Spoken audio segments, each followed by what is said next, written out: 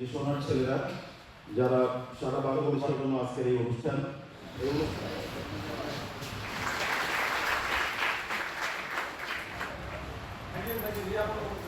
নিলয়, মনিরুল, মামুন একটু সুযোগ পেলেই তিনি খেলতেন। বোদার টু স্টার ফুটবল একাডেমি, তারা বয়স ভিত্তিক সারা বাংলাদেশের জাতীয় পর্যায়ে টুর্নামেন্ট হয়েছিল ঢাকায়। সেখানে তারা সারা দেশের বড় নাম করা ফুটবল একাডেমিকে হারিয়ে এই টু স্টার ফুটবল একাডেমি সেখানে চ্যাম্পিয়ন হয়েছে। এটা একটা কিন্তু বড় মেসেজ, অর্থাৎ আমাদের এই উত্তরাঞ্চলের আমাদের ছেলেরা, আমাদের তরুণরা, তারা কিন্তু ক্রিয়াবান্ধব, ক্রিয়ামুখী এবং তারা ফুটবলকে ভালোবাসে।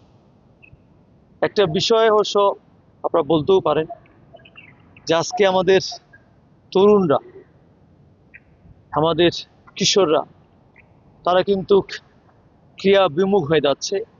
বিশেষ করে সামাজিক যোগাযোগ মাধ্যম সহ বিভিন্নভাবে তারা মাদকাসক্ত হচ্ছে। আজকে আমাদের মাননীয় প্রধানমন্ত্রী তারেক রহমান এই জন্যই কিন্তু নূতন কুড়ি 26 চালু করেছেন সিলেটে, সেখানে জাতীয় স্টেডিয়াম থেকে।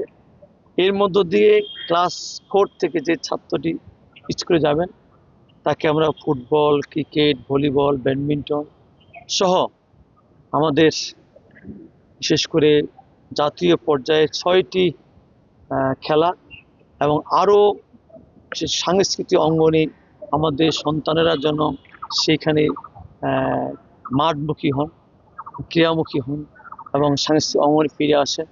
এবং আজকে যে বিষয়টা বললাম যে বিশেষ করে সামাজিক যোগাযোগ মাধ্যম মুখী এত বেশি হয়েছে, এটা ভালো হচ্ছে, খারাপ দিকটা বেশি।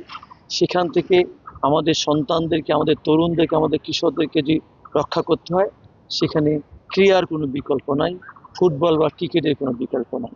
সেক্ষেত্রে আমি মনে করি আমরা এই নতুন করি, সেখান থেকেই আমরা অন্তত এটুকু বিশ্বাস করি যে আমাদের সন্তানেরা অন্তত স্কুলে হোক, বিকালবেলা হোক, তাদেরকে যদি আমরা এইরকম 4-5 ঘন্টা যদি তারা মোবাইলের বাইরে আমরা রাখতে পারি, আমার বিশ্বাস তারা আগামী দিনে একটি নতুন বাংলাদেশ এগিয়ে নিয়ে যাবে।